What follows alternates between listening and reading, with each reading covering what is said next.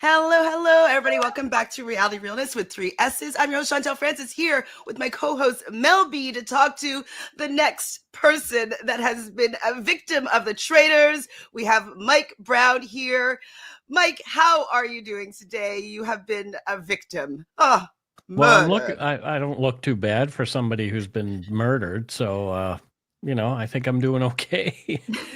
Well, how would you be investigating this true crime case then of your murder? Oh, gosh. Well, I pretty much know who did it. It's very obvious. I got to see that on TV. So, Yeah, it makes So, the detectiving a little bit easier when you can yeah, just watch it unfold. yeah, that's for sure. So, how did you get involved in this crazy show? I mean, I think it definitely aligns with the type of work that you do and the podcast that you have and the book that you've written. But how did you get involved in the show? Well, I really don't know.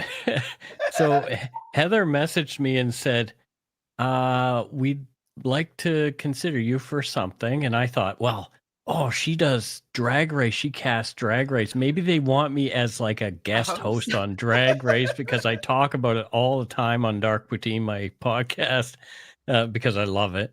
And she said, no, it's not that. And then she told me what it was. And I was like, oh, because I'd heard of the show. I'd heard of Traitors before. And um, so I watched some episodes and I was like, I don't know. I don't know if I should do this. Like, I'm a 55-year-old man and I'm going to be a boat anchor when it comes to those physical challenges and all that kind of stuff.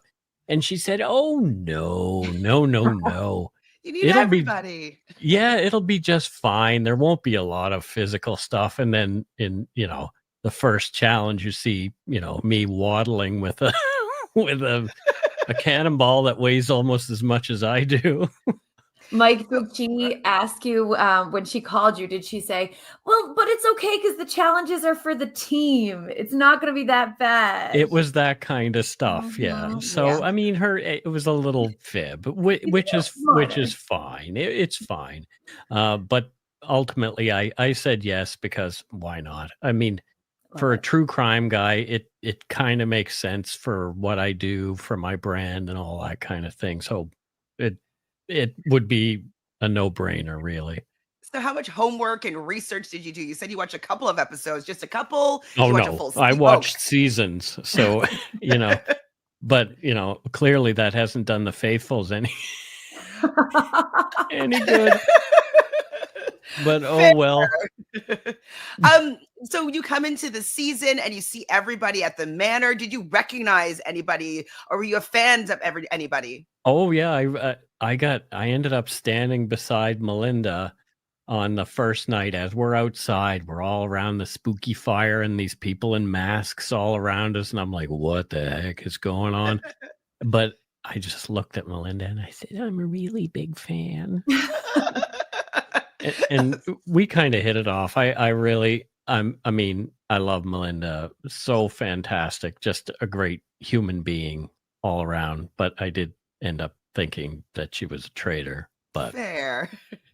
Now, most people come into the game wanting to be a traitor because you do kind of have a lot of power and you have a lot of information. What were your thoughts going in? Did you want to come in as a faithful? Did you want to play as a traitor? I wanted to be a faithful for sure. More so because I felt like I didn't think I would do a very good job as a traitor. I really, really didn't. I thought that, like we see with one particular traitor, I would be giving myself away very much. And I think that's why I clocked Michael John so quickly early on, because that is exactly how I probably would have played the game and not well. So, well, he's doing actually pretty well, to be fair. He's still there and I'm not. So it's mind-boggling. Yep. How well he is doing with this group of faithfuls. But I thought it was really impressive that you clocked him so quickly. At the beginning of the season, we see that like people have, your name in their mouth and they say that like, we don't know if he's actually a traitor, or is it just that he's not really bonding well with everybody right off the bat? Is Michael John somebody, it seemed like you bonded well with him at first. Is he somebody you bonded well with? And then did that relationship change at all once you started to suspect him of being a traitor? Yeah, I mean, sometimes in that situation, things get kind of personal sometimes, and people say things to deflect that, they tend to hurt your feelings a little bit, because these people become your whole world. You're there with these 22 or 21 other people in this one place for all this time. So they become your world. And when your world turns on you, it kind of smarts a little bit, but yeah, I mean, we're good now, obviously, but yeah, I had him clocked after the first round table when people are picked. He's playing dumb, and I'm like, and that's what really had me wondering, and So once other people started just to having their suspicions around Michael John, did you ever think to maybe use what your original, assessment of him to bring in as more evidence to kind of corroborate other people's inklings? I tried to talk to people, but I used the word social capital when I was at the table one time, and I used it a few other times. Again, you don't get to see it because, who wants to hear me say that a million times? But, but yeah, I don't think I had it. And I had conversations with other people, like Enoch, for example. He said, okay, you vote my person tonight and we'll vote your person, tomorrow, kind of thing. And I was like, okay, so I'm trying to make inroads with that kind of thing. So I did that with Mary Jo, and and then he ends up getting murdered. It's like, oh, okay, there goes my ally. There goes another one. But yeah, I'm not one of the cool kids. I'm not one of the, I sit alone in my apartment all week writing and talking to my cats, not really talking to many human beings. So I think other people had an advantage on me in that way. But it is what it is. It was really fun. I'm so grateful that I was chosen to do that. Was there any move or something that you think that you could have done differently, that you could have maybe had a different outcome here, or maybe have been a little bit more successful? Yep, I should have kept Michael John's name in my mouth continually. I really should have, because my heart wasn't in Mary Jo, wasn't in the vote for Melinda. They weren't, they didn't really sit well with me. Maybe another thing was I should have been more careful about where I got my information, because it was the thing that Cedric said about Jasmine that had me voting for her. And I don't think Cedric made that up intentionally. He wasn't being malicious or anything like that. Cedric's a great guy. And that's not something that he would do. So when we saw in the edit that he said, Jasmine said this, and what actually she said are two different things, but I believed him at the table. And it was like, that's what swung my decision. I was going to write down Michael John again. I was going to write his name down. And that's when I used that social capital conversation. It was at that particular round table. But what Cedric said swayed my vote that night. So, yeah, I mean, he was such a distracting figure there, a sower of seeds and all that kind of stuff. He played well, and again, he's there and I'm not. So pretty interesting gameplay from a few of these folks. So do you feel that if you had to continue on Michael John and not stray from that, and just, that's the one that you were sure of, that you would have still been in the game at this point? It's because you know what it's like as a traitor. You're not going to murder the person who keeps using your name, because then it draws attention to you. Right. So, I mean, he was the one I clocked early on. I clocked Netta as well, but that was only 2 days before I'm gone. And I really didn't get a lot of chance to say anything, because interestingly, and I've talked to a few other people about this, then that night, I had a realization in a dream about Netta. She's holding my shoulders in this dream and not letting me go. And I'm like, so I woke up thinking, what is going on with Netta? And because I'm not saying I'm psychic or anything like that, but I think it was my subconscious maybe trying to have a conversation with me. I've had some success with my life around, trying to pay attention to what I learned from my dreams. I write them down, all that kind of stuff. So I was starting to really see that she is somebody who I should be watching. But like I say, everything was so distracting and there was so much noise at those round tables, and you really, I couldn't get a thought in really. Well, I'm someone that's had many premonitory dreams in my lifetime. So did you have any other, bouts of intuition and subconscious in your dreams for like earlier on the season? Michael John he came to me a few times. Like, it was always like, just, why am I still thinking about this guy even though I'm asleep? Like it was very obvious. But Netta was the last one that I clocked. I didn't even come close to Kira. Like, she and I, she lived in Surrey and I just moved from Surrey. So we had this conversation and I was just like, oh, she's really cool. And I wasn't thinking about her at all, just about the way she is and the way she's playing that game. Oh, she's really good at it. And kudos to her, great. Kudos to everybody who's made it this far. So had you been chosen as a traitor, because we know it's not something that you really do get to pick. You tell them ahead of time what you'd like to be, but ultimately, they're going to decide your role. Had you been picked as a traitor, who would have been your two ideal teammates to be traitors alongside of you? Looking at it now, I think Kira would have been a great partner for me, because she and I are pretty cool with each other, and I think we would have been able to really work well together. Honestly, Kirkland, he was somebody who I really felt a kinship with, and I was sad to see him go so early on. He lives here in BC, so we've hung out a few times together and that kind of thing after he left the show. And so, yeah, I think Kirkland and Kira would have been fun traitors to hang out with. That would have been a fun trio to watch too.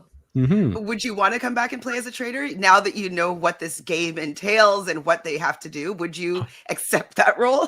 100%. 100%. I think it would be, now knowing what I know and watching other people's gameplay and that kind of thing, having been in the pressure cooker and understanding it a little better than I did, being thrown to the wolves like we were. Yeah, I would like to try that. But, you only get one shot at it. I was talking to somebody else about it, and they said, "Oh, would you have liked to have been recruited or any of that kind of stuff?" And I was like, "Yeah, sure. You maybe only really get one shot at this game." So, I think I did okay. I made it more than halfway, so I'm good. And how did you find the challenges in the end? Like, you were worried that you wouldn't be able to stack up, but they weren't all physical. Some of them were mental. We see, different types of skills being used. How did you feel about the challenges in the end? They made me cranky. I mean, really. Cranky? Yeah. No fun?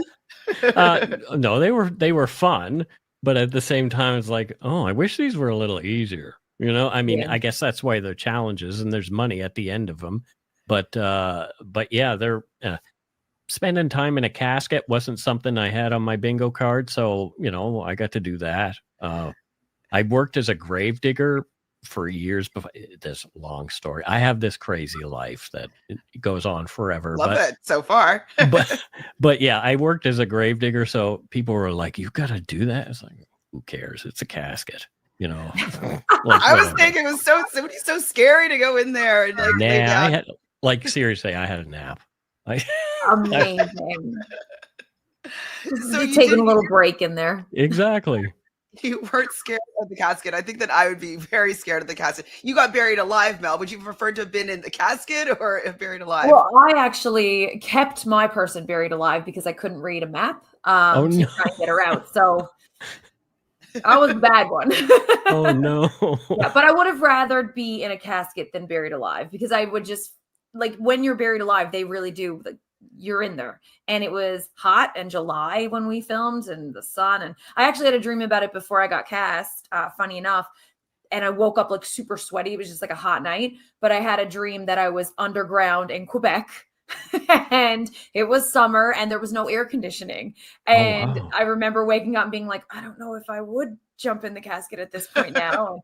Because, you know, it was obviously on your brain. But yeah, no, I didn't get a chance to do either, unfortunately. I was the finder or whatever it was. Yeah, bury me, do whatever. I'm good. Yeah. As long as I don't have to do anything like way up in the air, like I'm good. I'm so terrified of heights. I would just poop. I would poop my pants. It's So, just Mike, not good.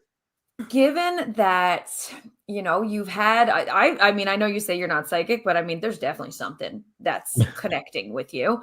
Sure. So, I mean, given the dreams that you had when you were there, and I'm going to call them your psychic abilities, was there a point in time, like when you were there at the manor, it seemed like every morning and every night you were like, I'm probably going to be murdered. Like, but was there a point in time where you actually had that gut check where you knew it was coming, or a time that you thought you were going to be safe? Like, when did the tides turn for you and you were actually like, this is the time?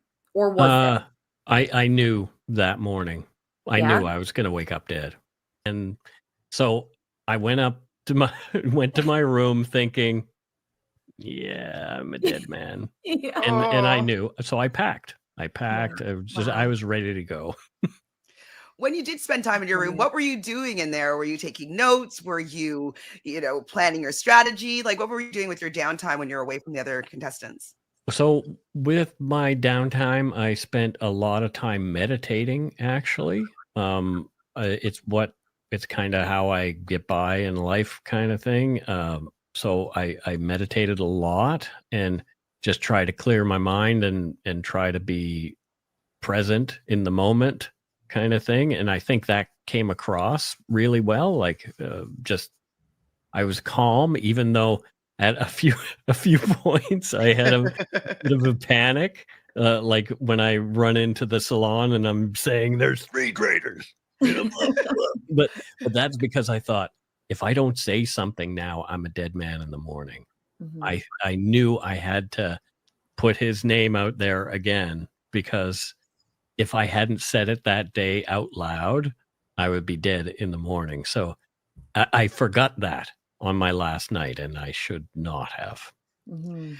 Well, we see in this most recent episode that Kevin is wanting to cozy up to a traitor. Well, he thinks Lauren is a traitor, but this is his strategy. Did you ever think that with having, inklings on Netta and Michael John, that, hey, maybe I should, butter them up and get them to want to keep me in this game as a strategy?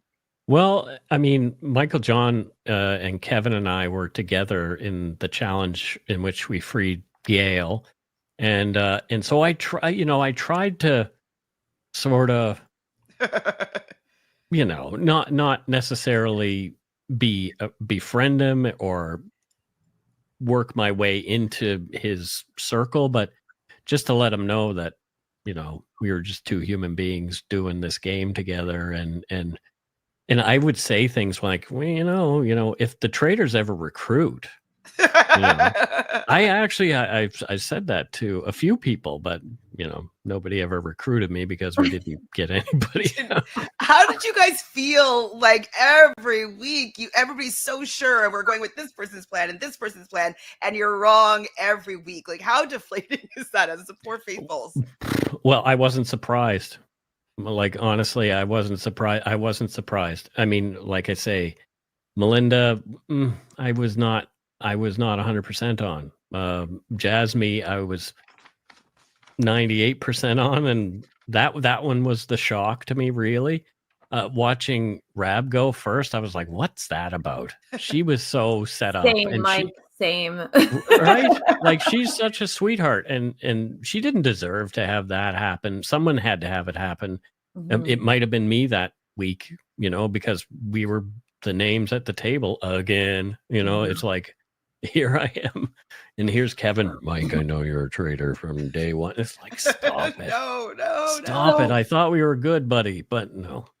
So, Mike, in your opinion, because the Faithfuls have just broken a record for all the Traitors seasons that are currently in existence. Yeah. This is the longest that any season has gone without catching a traitor. So, in your professional Faithful opinion, and being one of the best Faithful, because you did have a traitor's name in your mouth from the beginning, 1 out of 3 at least, what do you think is the reason that you guys keep getting it wrong? Like, what is happening in that manner to go this long? Well, there's a lot of distraction. There's a lot of people playing an emotional game, a lot of people who are more concerned with airtime than actually playing the game, which is that was a little bit of a concern to me. It's like, no, let's play this game together. Because that's what I was frustrated. I was frustrated by the end. Like, I just wanted to play that game and figure out who the traitor was. I don't care about that being on TV. No, I don't want to be like, that's not a big deal to me. I do a thing every week where people pay attention to me, so I don't need to I don't need to have that. Yeah, but it is what it is. I mean, it's some people's livelihood. They're there to do that kind of thing. And it makes sense. And it's making for some great TV right now. Yeah, it's very entertaining, even though they're not very successful. Right.